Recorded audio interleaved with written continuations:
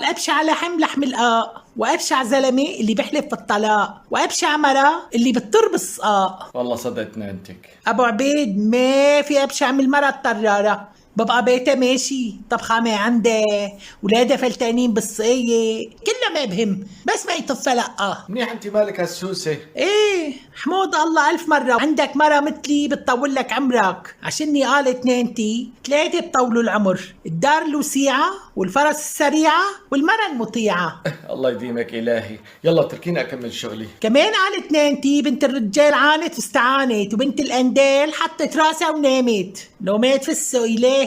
الله يبعد عني هيك شكال. الله يبعدهم عنك، ليش في نية تجدد لك يا؟ ايش اجدد واهوي؟